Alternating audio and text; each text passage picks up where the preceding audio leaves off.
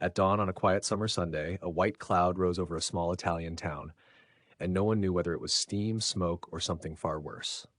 July 10th, 1976. Seveso was half asleep. Windows were open, laundry hung on lines, children played in courtyards while church bells waited for morning. Then, from a nearby chemical plant, a sudden hiss cut through the calm. A valve failed, pressure surged, and an invisible plume drifted silently into the sky. At first, nothing seemed wrong. No explosion, no fire. Just a strange sweetness in the air, a faint metallic taste. Leaves curled. Birds fell quiet. Within hours, pets grew sick. Chickens collapsed in yards. Rabbits stopped moving in their cages. Something unseen was moving faster than fear. Inside nearby homes, parents noticed rashes blooming on their children's skin, angry, burning marks that refused to fade. Doctors were confused. The symptoms didn't match any illness they knew. And the factory, it said almost nothing. Here's the terrifying truth. The most dangerous part of the accident wasn't the release itself. It was the silence that followed. Days passed before officials admitted what had escaped. Dioxin, one of the most toxic substances known, a chemical so potent that microscopic amounts could change lives forever. Seveso had become an experiment no one volunteered for. Zones were drawn on maps like battle lines. Entire neighborhoods were evacuated.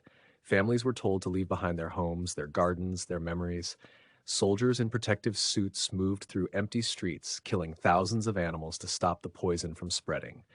The town smelled of disinfectant and grief. Parents faced impossible questions. What would this mean for their children? For the future? For lives not yet born? The emotional peak came not with sirens, but with waiting. Waiting for test results. Waiting to see if rashes healed. Waiting to learn whether the damage was temporary or permanent. Seveso wasn't just contaminated land, it was contaminated time.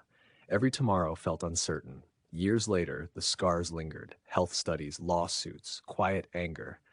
But from the tragedy came change. Seveso reshaped how Europe handled industrial safety, forcing governments to confront a hard truth. Progress without protection carries a hidden cost. The cloud eventually disappeared. The fear did not. Seveso reminds us that the most dangerous disasters aren't always loud. Sometimes they arrive softly, without warning, drifting into ordinary lives before anyone knows to run. If this story moved you, please like, share, and subscribe. Leave a comment with your thoughts. Your support helps the channel grow and keeps these stories alive.